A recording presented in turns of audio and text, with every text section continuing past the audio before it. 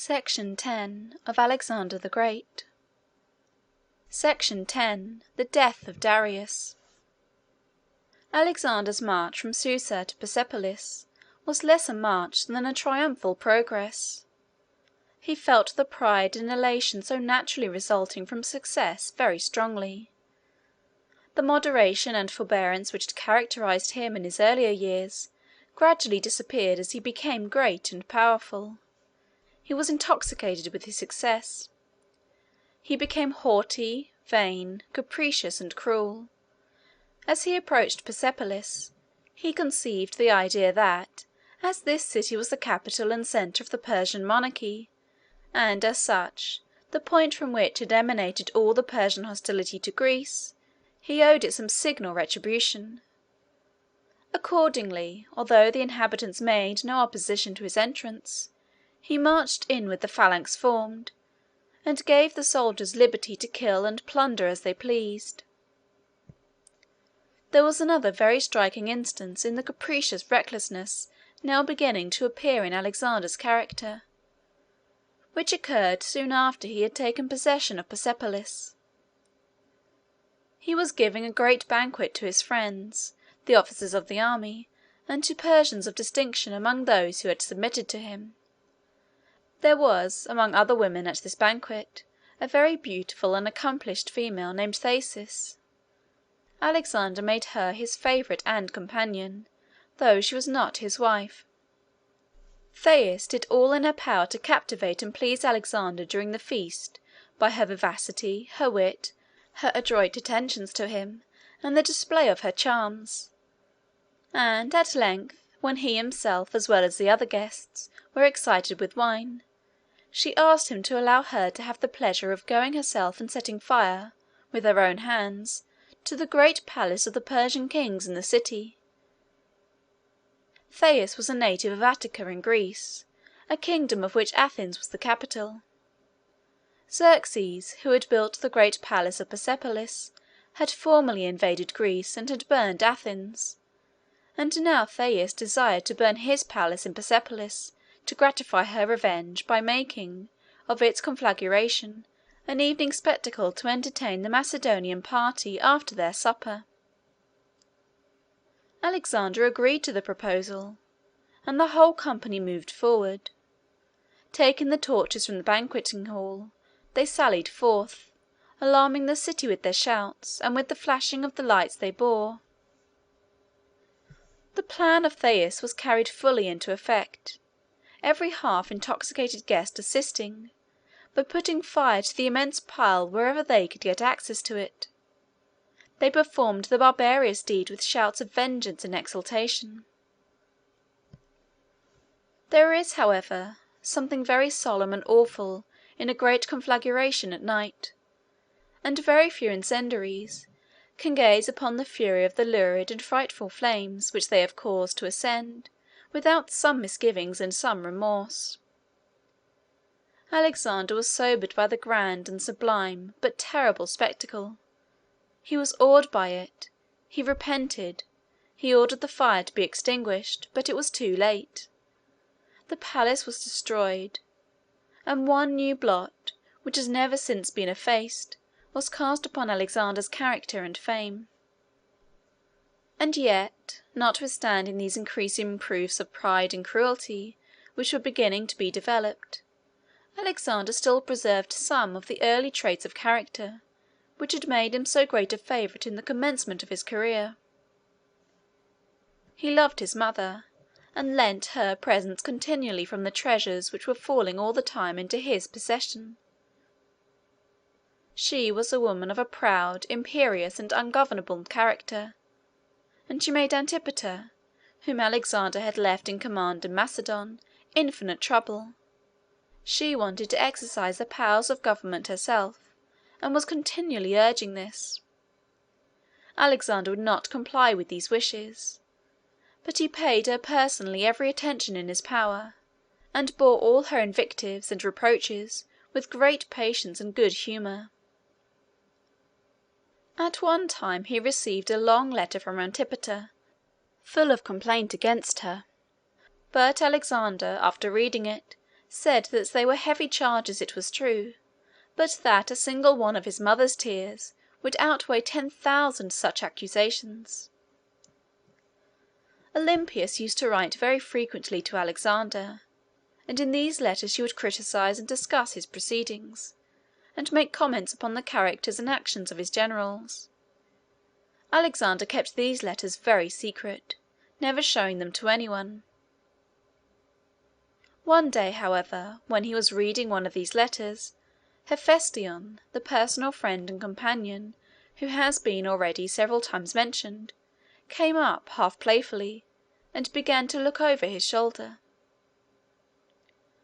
Alexander went on, allowing him to read, and then, when the letter was finished, he took the signet ring from his finger and pressed it upon Hephaestion's lips, a signal for silence and secrecy. Alexander was very kind to Sysigambis, the mother of Darius, and also to Darius's children. He would not give these unhappy captives their liberty, but in every other respect he treated them with the greatest possible kindness and consideration.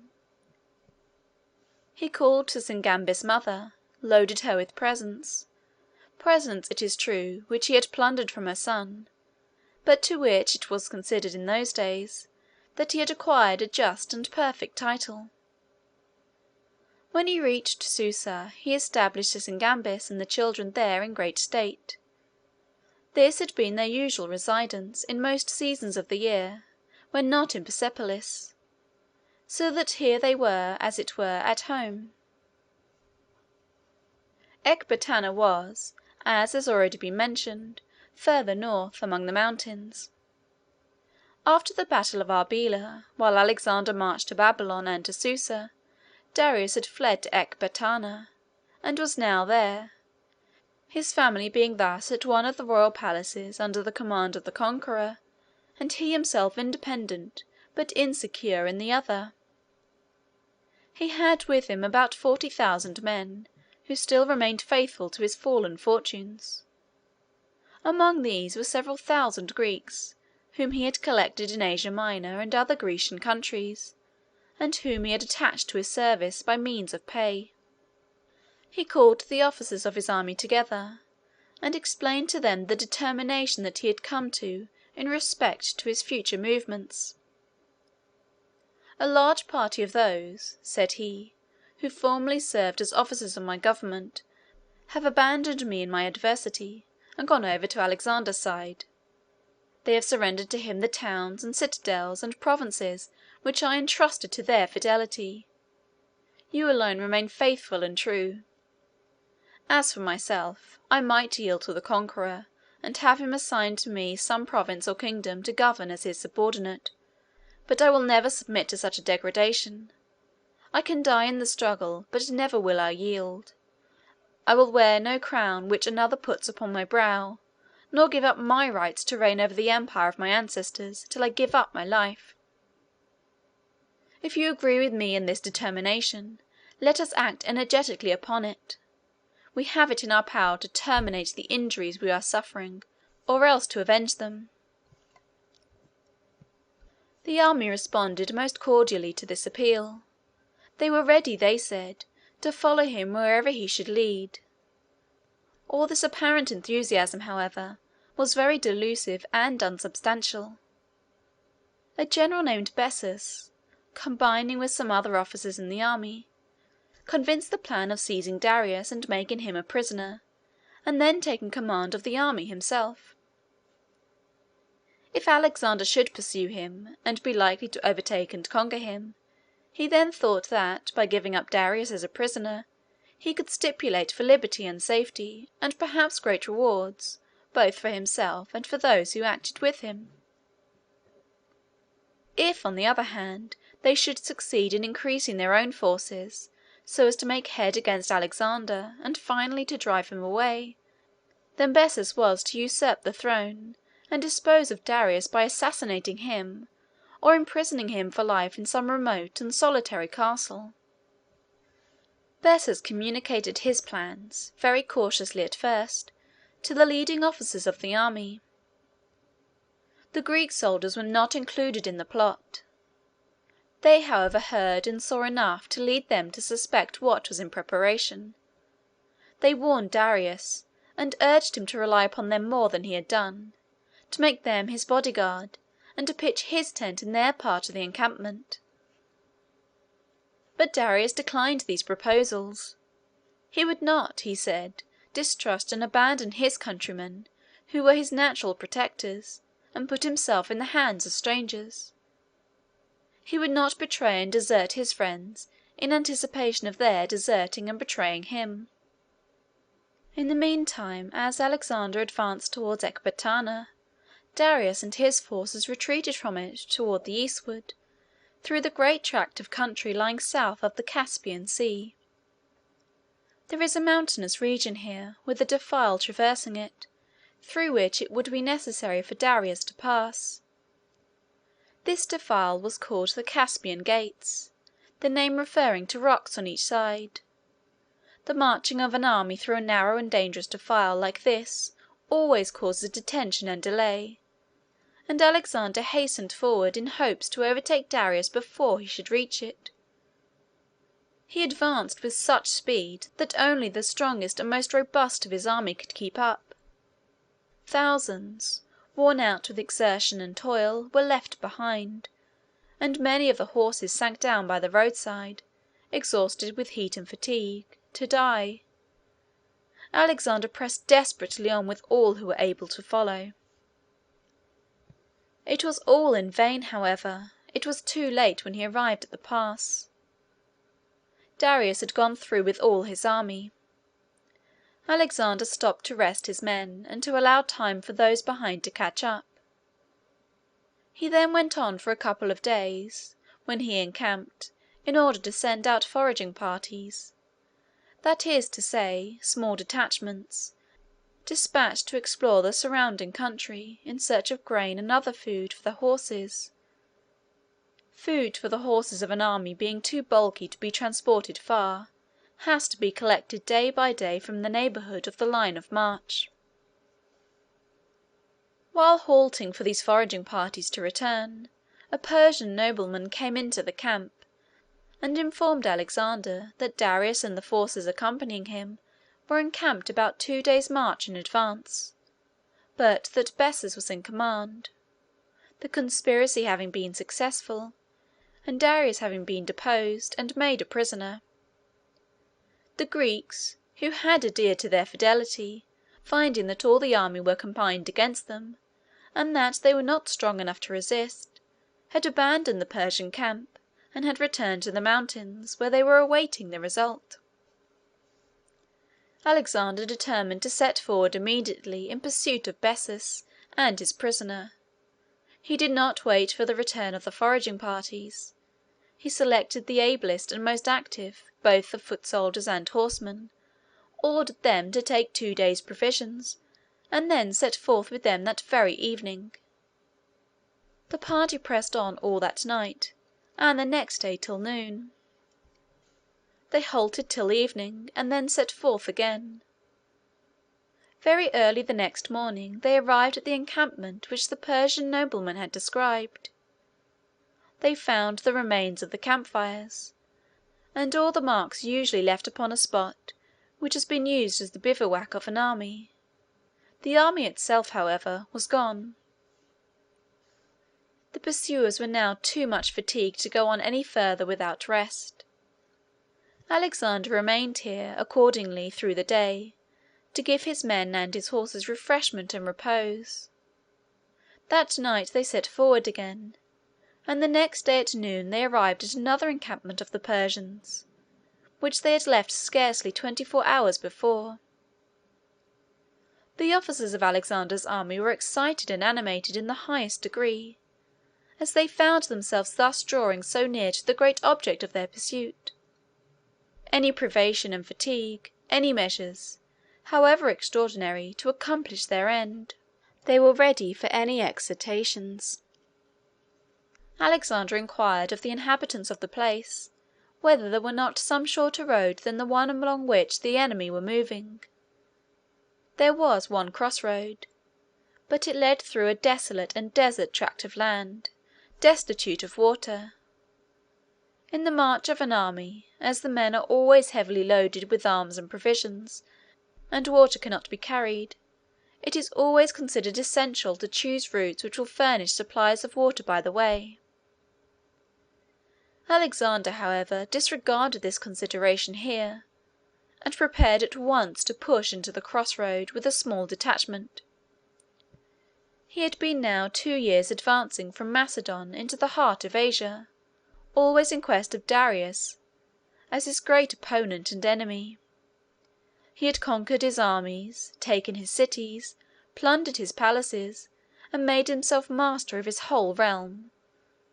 Still, so long as Darius himself remained at liberty and in the field, no victories could be considered as complete. To capture Darius himself would be the last and crowning act of his conquest. He had now been pursuing him for 1800 miles, advancing slowly from province to province, and from kingdom to kingdom. During all this time the strength of his flying foe had been wasting away, his armies had been broken up, his courage and hope had gradually failed, while the animation and hope of the pursuer had been gathering fresh and increasing strength from his successes, and were excited to wild enthusiasm now, as the hour for his final consummation of all his desires seemed to be drawing nigh. Guides were ordered to be furnished by the inhabitants, to show the detachment the way across the solitary and desert country. The detachment was to consist of horsemen entirely, that they might advance with the utmost celerity. To get as sufficient a corps as possible, Alexander dismounted 500 of the cavalry, and gave their horses to 500 men, officers and others, selected for their strength and courage from among the foot soldiers. All were ambitious of being designated for this service. Besides the honour of being so selected, there was an intense excitement, as usual toward the close of a chase, to arrive at the end. This body of horsemen were ready to set out in the evening. Alexander took the command, and, following the guides, they trotted off in the direction which the guides indicated. They travelled all night. When the day dawned they saw, from an elevation to which they had attained, the body of the Persian troops moving at a short distance before them, foot soldiers, chariots, and horsemen pressing on together in great confusion and disorder. As soon as Bessus and his company found that their pursuers were close upon them, they attempted at first to hurry forward, in the vain hope of still effecting their escape. Darius was in a chariot. They urged this chariot on, but it moved heavily. Then they concluded to abandon it, and they called upon Darius to mount a horse and ride off with them, leaving the rest of the army and the baggage to its fate. But Darius refused. He said he would rather trust himself in the hands of Alexander than in those of such traitors as they. Rendered desperate by their situation, and exasperated by this reply, Bessus and his confederates thrust their spears into Darius's body as he sat in his chariot, and then galloped away. They divided into different parties, each taking a different road. Their object in doing this was to increase their chances of escape by confusing Alexander in his plans for pursuing them. Alexander pressed on toward the ground which the enemy were abandoning, and sent off separate detachments after the various divisions of the flying army. In the meantime, Darius remained in his chariot, wounded and bleeding. He was worn out and exhausted, both in body and mind, by his complicated sufferings and sorrows. His kingdom lost, his family in captivity, his beloved wife in the grave, where the sorrows and sufferings of separation from her husband had borne her, his cities sacked, his palaces and treasures plundered, and now he himself, in the last hour of his extremity, abandoned and betrayed by all in whom he had placed his confidence and trust. His heart sunk within him in despair.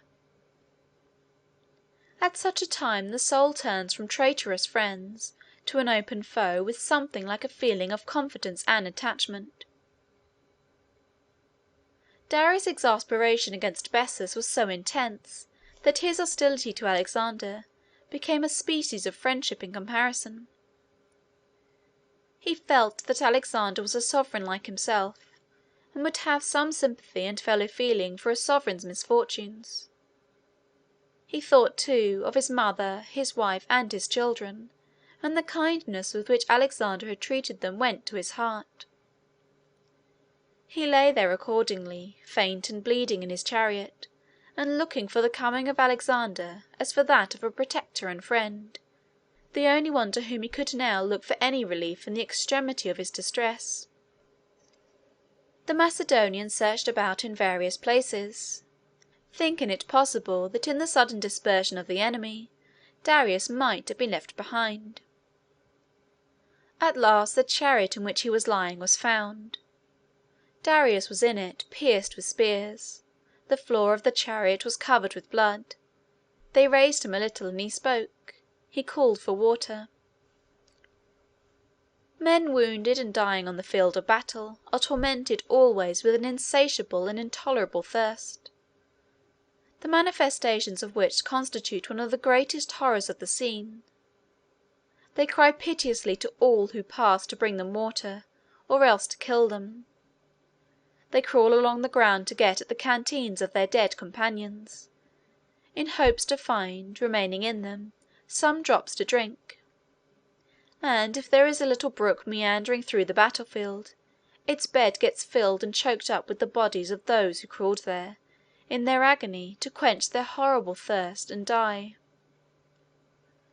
Darius was suffering this thirst. It bore down and silenced, for the time, every other suffering, so that his first cry, when his enemies came around him with shouts of exultation, was not for his life, not for mercy, not for relief from the pain and anguish of his wounds. He begged them to give him some water.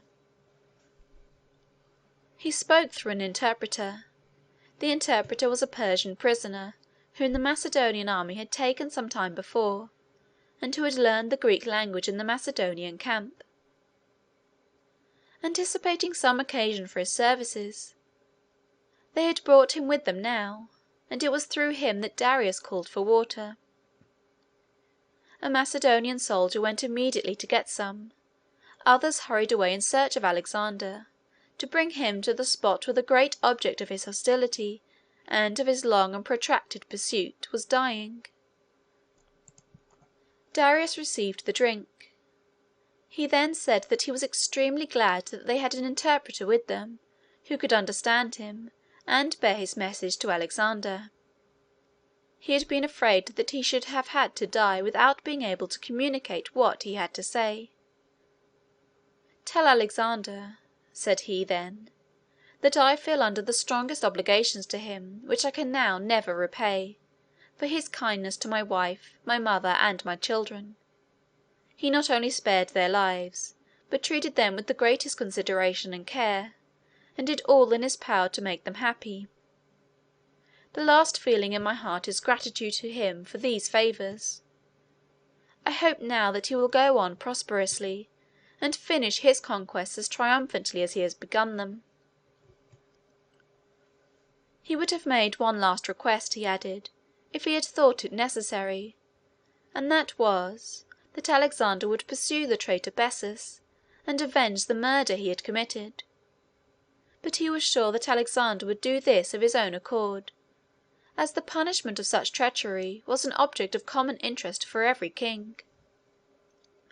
Darius then took Polystratus, the Macedonian who had brought in the water, by the hand, saying, "Give Alexander thy hand, as I now give thee mine. It is the pledge of my gratitude and affection." Darius was too weak to say much more. They gathered around him, endeavouring to sustain his strength until Alexander should arrive, but it was all in vain. He sank gradually, and soon ceased to breathe. Alexander came up a few minutes after all was over. He was at first shocked at the spectacle before him, and then overwhelmed with grief. He wept bitterly. Some compunctions of conscience may have visited his heart at seeing thus before him the ruin he had made, Darius had never injured him or done him any wrong, and yet here he lay, hunted to death by a persevering and relentless hostility, for which his conqueror had no excuse but his innate love of dominion over his fellow men. Alexander spread his own military cloak over the dead body. He immediately made arrangements for having the body embalmed, and then sent it to Susa for Sisygambis in a very costly coffin, and with a procession of royal magnificence. He sent it to her that she might have the satisfaction of seeing it deposited in the tombs of the Persian kings. What a present! The killer of a son sending the dead body, in a splendid coffin, to the mother, as a token of respectful regard. Alexander pressed on to the northward and eastward in pursuit of Bessus, who had soon collected the scattered remains of his army, and was doing his utmost to get into a posture of defence. He did not, however, overtake him till he had crossed the Oxus, a large river which will be found upon the map, flowing to the northward and westward into the Caspian Sea. He had great difficulty in crossing this river, as it was too deep to be forded, and the banks and bottom were so sandy and yielding that he could not make the foundations of bridges stand. He accordingly made floats and rafts, which were supported by skins made buoyant by inflation, or by being stuffed with straw and hay. After getting his army, which had been in the meantime greatly reinforced and strengthened, across this river, he moved on.